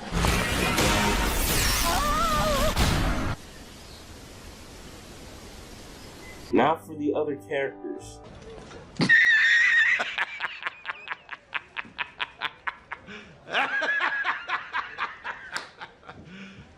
You serious? Like, seriously, who cares? Who actually gives a fuck about these side characters that have no weight on the plot?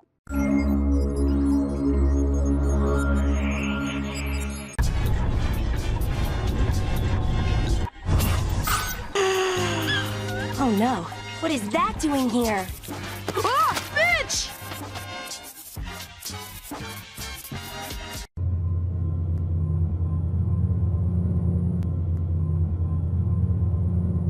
When it comes to animation errors and inconsistent animation, Steven Universe has a plethora of them. The series has enough animation errors to fill a phone book. So, I will be talking about the more prominent errors and inconsistencies I saw while watching the series. One of the first things I noticed were Lapis's and Peridot's hairstyles constantly changing throughout the series. Sometimes Lapis's hair will be bigger or messier in some episodes, and then neater in others. The same could be said about Peridot's hair. In episode 16, Steven the Sword Fighter, the sword fight sequence between Pearl and her holographic projection features several shot-for-shot homages to sword fights from the anime Revolutionary Girl Yatina. In episode 70, Catch and Release, there is a window above the toilet in Steven's bathroom, but neither Peridot nor the Crystal Gems mention it as a possible escape route. In episode 72, Back to the Barn, Peridot rips out the microwave from the cabinet in the kitchen, but in the next shot, it's back in place. In episode 84, Steven floats. When Steven lands on the beach and goes to give the Crystal Gems a hug, he is wearing his flip-flops, even though he was not wearing them when he was falling down a few seconds earlier.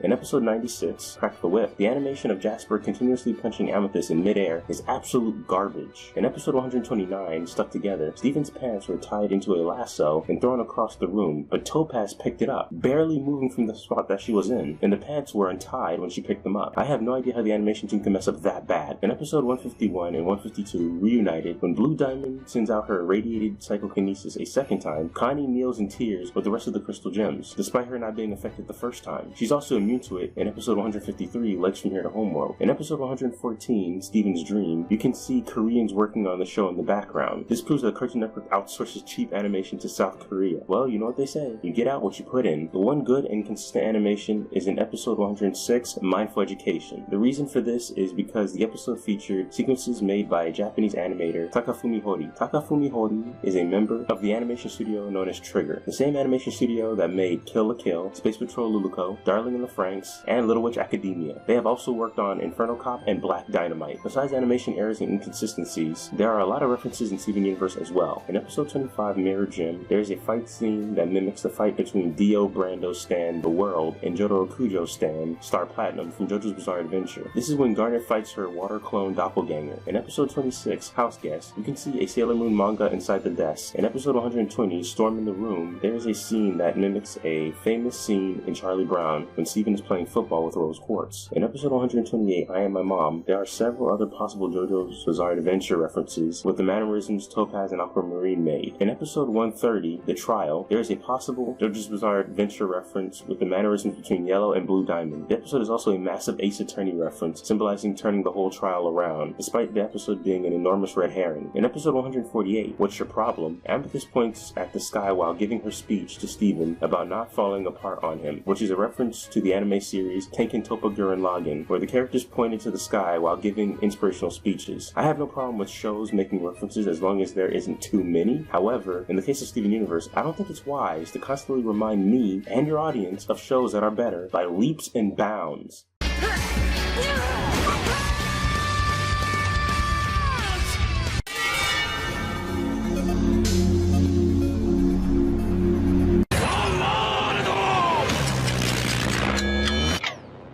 Despite popular belief, Steven Universe has terrible world building, maybe even some of the worst world building I have ever seen. The reasons for this is because the world is connected to the writing. Since the writing is terrible, the world built by it is terrible as well. For instance, earlier I brought up Steven Universe's linear plot. Due to the plot being linear, there is a lack of antagonists that aren't gym related. This includes a government, sinister corporations, or opportunistic individuals that might want to take advantage of all the gym technology that is still more advanced than anything that is currently on Earth lying around. In episode 2, Laser Light Cannon, a red eye that was sent by Homeworld came down to Earth, and the crystal gems were incapable of doing anything about it. There were no government officials involved during or after this event, despite the fact that the red eye had the ability to obliterate Beach City. What about the gym battlefield that resembles the Keyblade Graveyard from Kingdom Hearts, and a field full of enormous strawberries in episode 8, Serious Steven, or the gigantic gym pyramid that was there as well. In episode 45, Rosa Scabbard, Pearl states that the gym battlefield in Strawberry Field is 5,000 years old. In the same episode, Garnet states that countless gems were shattered there. Are you trying to tell me that no one came across that? What about the Desert Temple in episode 10, Steven's Lion, that was constantly forming sand constructs in the middle of the desert? Did no one ever discover that? What about the Skyspire Mountains and the Skyspire Temple in episode 12, Giant Woman? Has no one come across that, curious to know why they are flying rocks? Who could forget the ancient abandoned gym colony spaceships in the woods of South America in episode 47, Friendship? In Steven Universe, there are literal gym monuments that reach the heavens like the ancient sky arena in episode 58, Sworn to the Sword. Does the Steven Universe verse not have scientists, engineers, archaeologists, anthropologists, or environmentalists? Is there no Ra's al Ghul around that hates the gyms for doing permanent damage to the earth? There's the Prime Kindergarten from episode 40, On the Run, and Beta Kindergarten in the Grand Canyon from episode 100, Beta, with gym injectors that permanently drains the earth of all its resources. There is also the Geode, a weather bomb that could vaporize earth in episode 26, House Guest. There's a galaxy war that has been inactive for thousands of years in the middle of the ocean in episode 27, Space Race. Believe it or not, there has been a human that has been to all these locations and even went as far as to document these monuments in a book. In episode 105, Buddy's Books, the Journal of Buddy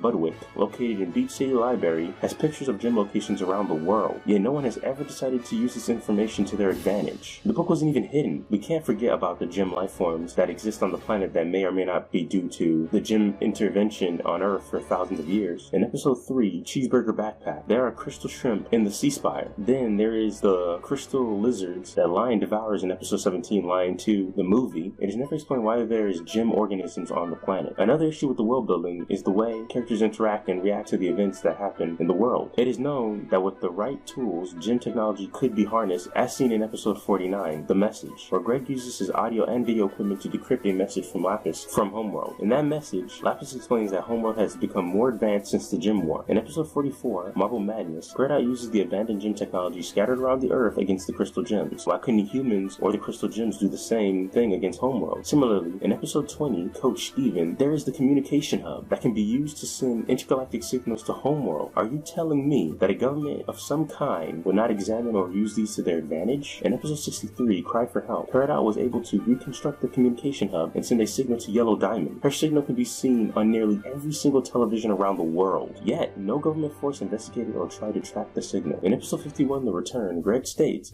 No such thing as a good war, kiddo. Gems were destroyed. People too.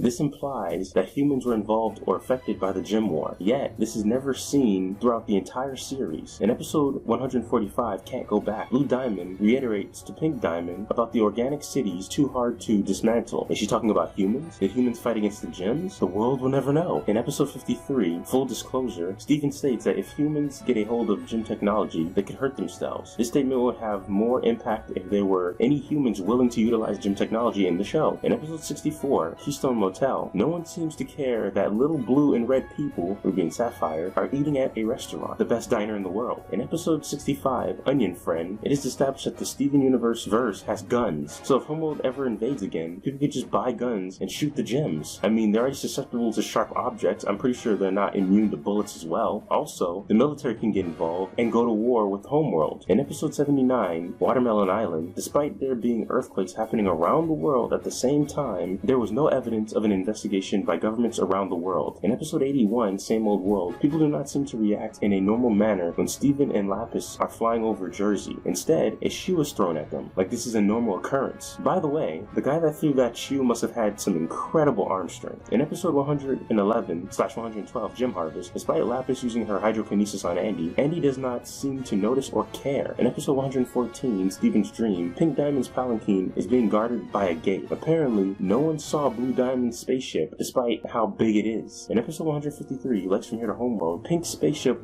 was in the desert the entire time. Like I said before, if there was any anthropologists or archaeologists discovering things and actually looking at scenes, they probably would have discovered Pink Diamond's spaceship a while ago. But apparently, if you shut off your brain and you don't think about it, these things obviously make sense. We understand that gem production was extremely damaging to the Earth, and we deeply regret our involvement in this process. The era of gem production on Earth is over, and while we've left scars, please know we've done everything we can to counteract the damage that was done here, okay?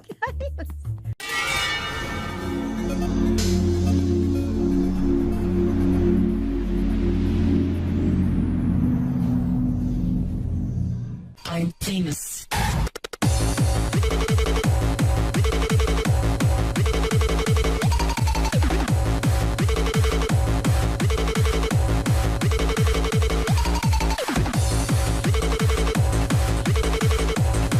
The Steven Universe fandom is noxious. It's like living in China. If you stick around long enough, you'll get straight cancer. In 2015, a Tumblr artist named Zammy070 was harassed by the Steven Universe fans for drawing Rose Quartz skinny, which was considered problematic by various Tumblr users. Zamby070 was accused of perpetuating bigotry, racism, transphobia, and fatphobia. In October 2015, Zammy070 revealed that she had attempted suicide because of all the online harassment she received. So basically, because the Tumblr artist drew one of the gems skinny, which you gotta remember, the crystal gems could change their form at will. This caused the Steven Universe fandom to go after her and literally harass her to committing suicide. Just absolute insanity. When episode 100 beta first aired, it was met with controversy upon its release. Steven Universe fans harassed a former show writer, Lauren Zook, on Twitter, but because of an implied romantic relationship between Lapis and Peridot. This implication conflicted with a group of fans that were shipping Amethyst and Peridot, also known as Amadot. So fucking fucking lame. Steven Universe fans became hostile towards Zook for allegedly negating Amadai. Other fans accused Lauren Zook of queer baiting. On August 12, 2016, Zook deleted her Twitter account because of all the controversy. In an IO9 article published on August 13, 2016, Zook stated, I decided I don't want to be accessible to thousands of people who think because I work on the TV show that I owe them myself all the time. Amongst the Steven Universe fandom, there is a unique type of fan known as Steven Tards. You know how you have the Narutards and the Fairy Tards? Well, now you have the Steven Tards. The Steven Tards are notoriously known for defending the show at all costs, no matter how bad it gets. Steven Tards will go after anyone that criticizes the show, whether it's valid or not. Think of Steven Universe like a ship, and the ship, as the series progresses, starts to form holes. And instead of jumping ship and getting to safety, like I did, the Steven Tards try to plug these holes with discount gum and do damage control. But no matter how big these holes get, the Steven Tards will constantly try to plug these holes with whatever cheap materials they could find on deck. Oh no! A ship!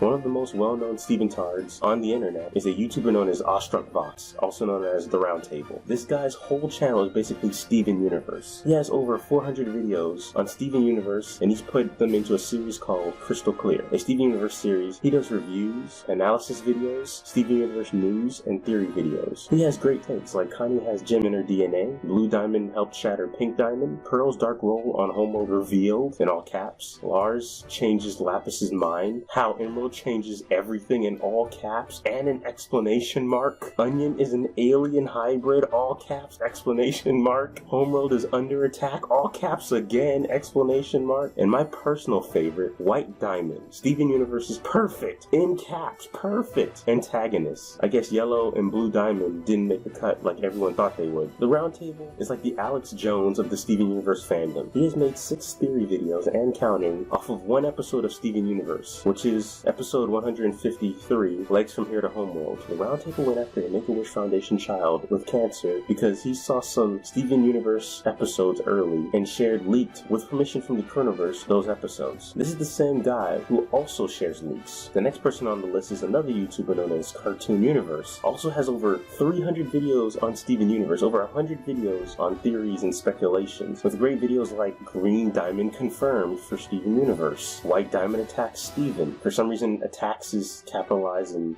exclamation mark. Did Lapis shatter a gem? With shatter in all caps. And my personal favorite, Pink Diamond shatter herself. Again, herself in caps, in question mark. I'm starting to notice a pattern with some of these titles. These titles are in the same format as the Roundtable. Good to see the Steven Tard apple doesn't far too fall from the tree. And then there are plenty of these reactionists, these reaction channels dedicated to Steven Universe I could go through. Like if you just search up Steven Universe reactions, you just see a plethora of reaction videos down in the search results. But I don't have all day to go through every single YouTuber, and trust me, there's plenty, or else I'd be here all day. And I think this video is, long enough. Besides, there is much bigger fish to fry.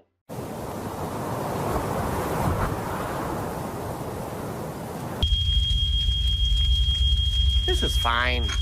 I'm okay with the events that are unfolding currently. That's okay. And now I shall administer the killing blow! Here it is, my final dance with time! 9 more seconds, that's all you have left! Prepare to die, the world! If you thought that the Steven Universe fans were obnoxious, you haven't seen the lamestream media's opinion on the show. On Tower Road, Steven Universe continues to be one of the most queer-positive cartoons on TV. By Charles Pulliam Moore on March 14, 2015 at 8 a.m. The article talks about how Steven Universe has been doing some of the most interesting work towards including positive themes of gender and sexual queerness in current television. The article says, although Stefani appears predominantly female, the character's gender is left undefined, and that Stefani is uniformly admired by everyone that they meet. The first statement makes no sense because if Stefani appears predominantly female, wouldn't it be safe to assume that she is female? Besides, who's to say that Stefani doesn't have both? who's to say that Savani is an hermaphrodite? People with both genitalia aren't classified as undefined, but that's neither here nor there. On Autostraddle, Steven Universe and the Importance of All Ages Queer Representation by May on March 13, 2015 at 11:46 a.m. This article talks about how representation is important for children, even though children don't care about that sort of stuff. The writer of the article says, there are studies and experts that say that when kids see people like them positively portrayed in the media they consume, they are positively impacted, and when they don't see the same representation, it negatively affects not only them, but how others view and treat people like them, especially when they're still developing, and especially when we are still discovering and exploring our genders and sexuality. It's important for us to know that we're not alone and that we have the possibility of a bright future. So by that logic, there are no other race of people that are positively impacted by anime. Anime is only for Asians, specifically the Japanese. Also, these studies are never sourced in the article. The article goes on to say that people must create fictional characters and narratives that puts anyone that's not white in a positive light. The author mentions all voice actors in the show are women who aren't white, and that it's easy to interpret the gems fusions as anyone who isn't white. Yeah, because when kids watch a cartoon, they can see the voice actors and feel inspired. I'll tell that to the guy that voices Samurai Jack. On the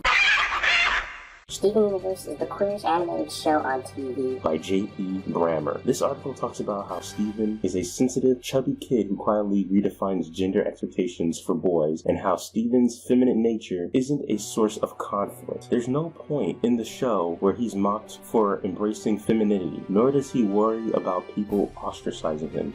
I've even thought about dyeing my hair pink.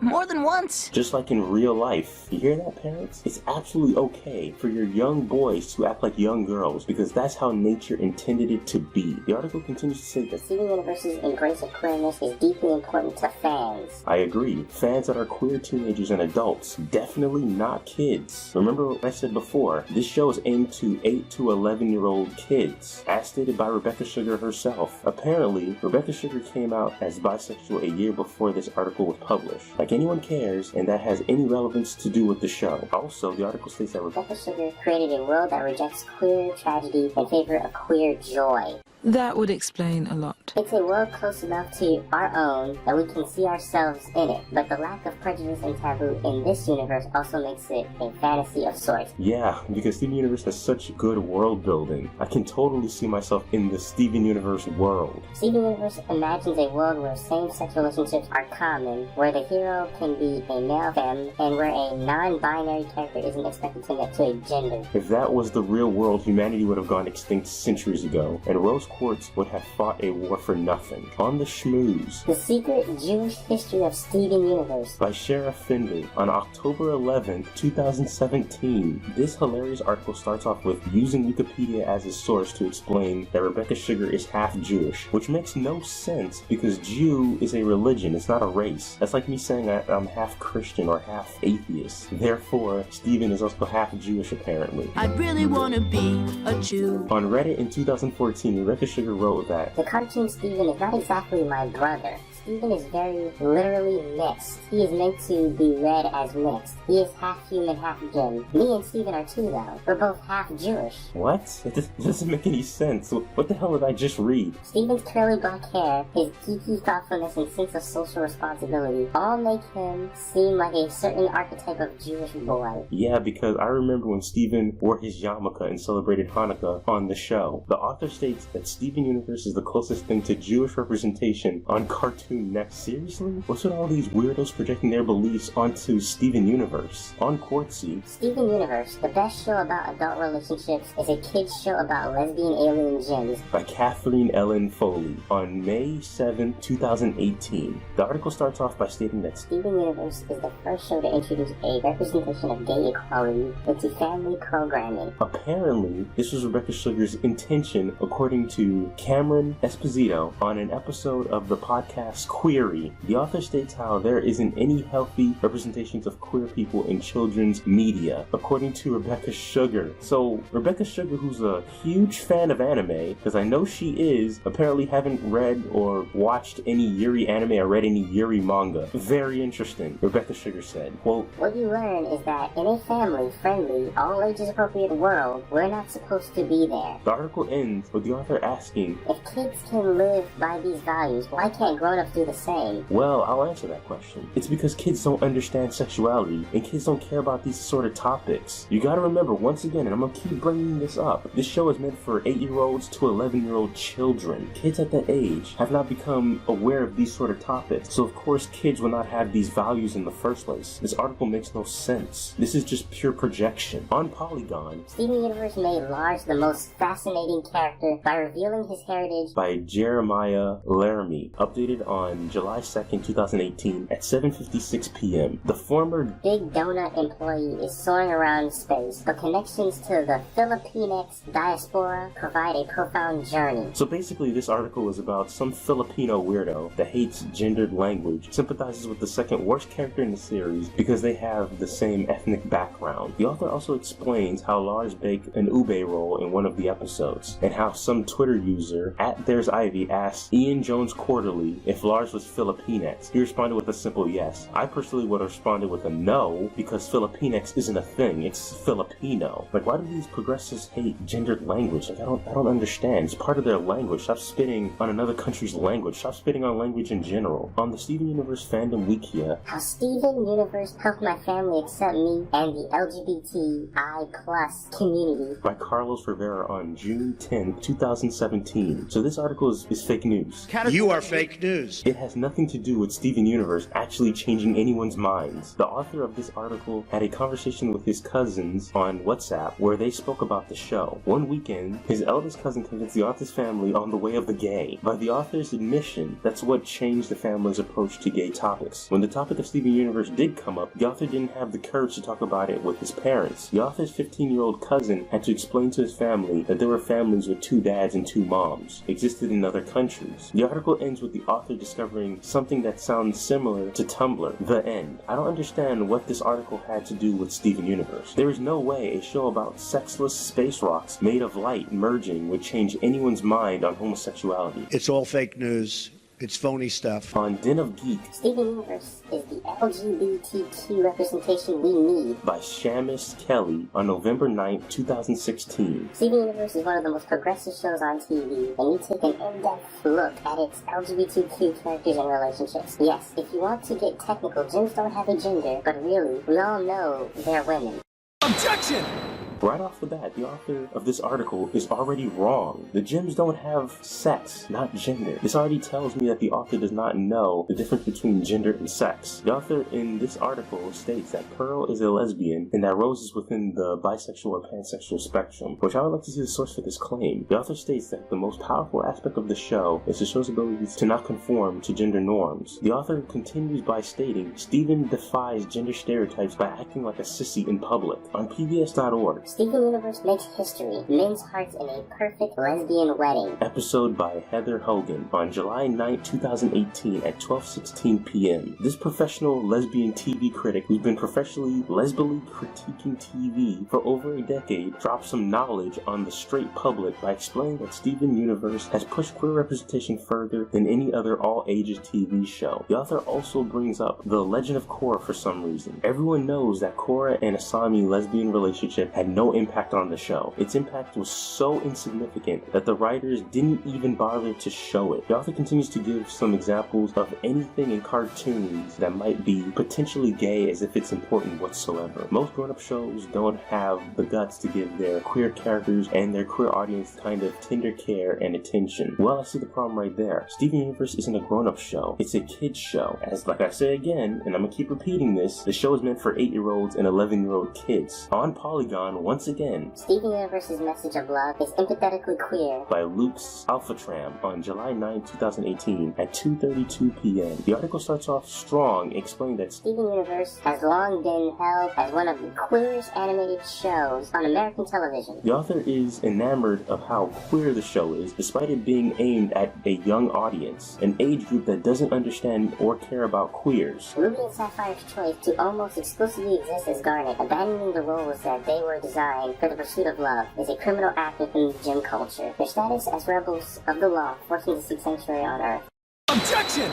This is wrong, because Ruby and Sapphire ran away because they were going to be shattered at Blue Diamond's court, not because they were in love or wanted to be Garnet. Those events happened after they ran away. Good to know I'm dealing with someone who watched the show. Peridot, a fusion-adverse gem who reads as asexual, still forms a close, loving relationship with her roommate Lapis Lazuli. Excuse me, but you're wrong. I need a source. I swear these authors of these articles are just making things up. During the visit to the gym homeworld, Steven encounters Fluoride, a renegade fusion of 6 gems who the show's creator has confirmed is a representation of a polyamorous relationship. Don't let your kids watch it! Good to know that Rebecca Sugar is trying to teach kids about polygamy. On Bleeding Cool, Rebecca Sugar apologizes spelled wrong by the way, for Steven Universe. Racism controversy. posted by, our friend Joe Glass, aka Glass Joe, on July 16, 2017. This article is basically about a stupid controversy about a recently released Steven Universe Art and Origins art book that had a concept sketch for an unused gem character called Concrete. Concrete basically looked like Jinx from Pokemon, and a bunch of people got offended. Also, in the description of the character was written down, "can't read," which implied that black people can't read. The character was deemed to be racially insensitive by the Offensive Brigade. Rebecca Sugar issued an apology. Lamar Abrams, a black storyboard artist on Steven Universe, also apologized. In the article, Joe Glass had to admit that the whole controversy was overblown. Oh, and here comes my favorite article, on IGN. How Steven Universe became this decade's Avatar: The Last Airbender. Doherty on July 9, 2018 at 1:15 p.m. Just let me die! Just let me die! Let me die in peace! I'm perfect! I'm too perfect! This is what happens when you try to play God! Ah!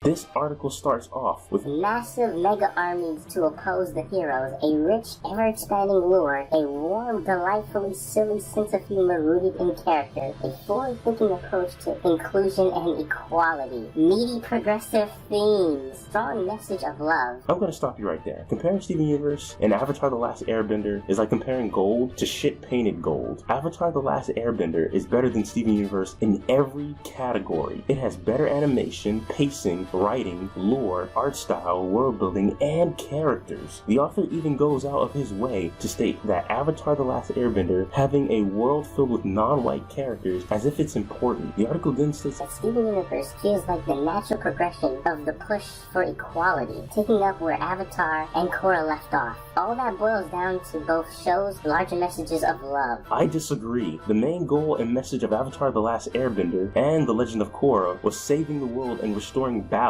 The article continues with explaining how Aang didn't kill Fire Lord Ozai, comparing that to the situation when Steven spiritually taught no jutsu the diamonds. I also like how the author forgot that Steven having Pink Diamond's gemstone, contributing to the diamonds sparing him. With so much hate thrown around in the world today, kids need these messages to teach them a more compassionate way. Adult audiences could use a lesson or two. Well, kids don't know about the world and adults do. Like, I like how the author of this article talks down to grown-ups like we don't know what the fuck we're talking about, and then praises kids like they do. Like, seriously, what a shit article. It's too late! Time to die! 8 seconds! Ah! I'll obliterate you!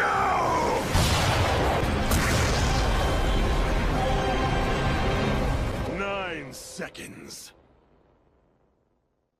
I did it. Please, the fighting has to stop. We aren't enemies. We're family. Please listen to me. I need you to know who I am! What the hell? It's impossible!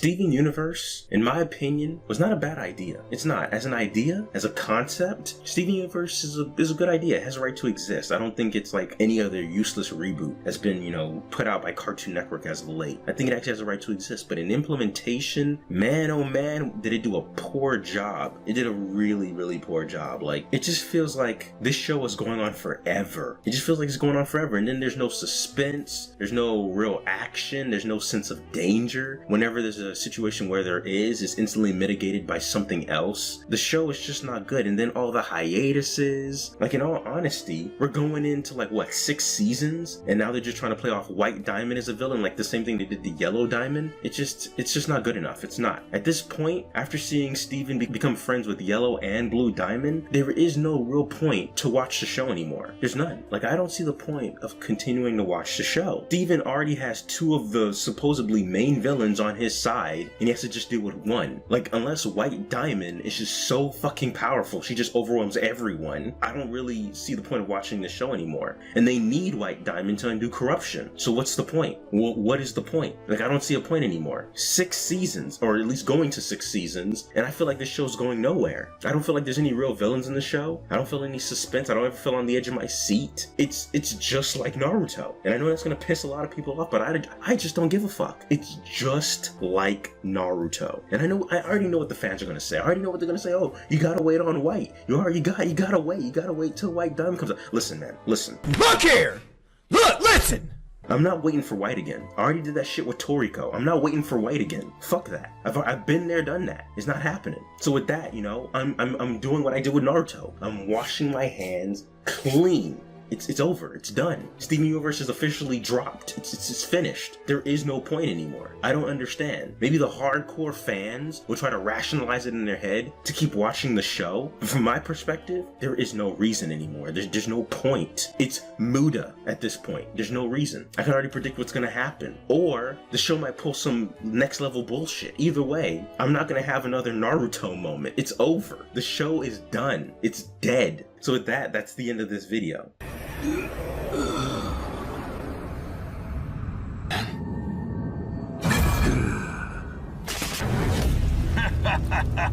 You're a damn fool. All you've done is resurrect yours truly!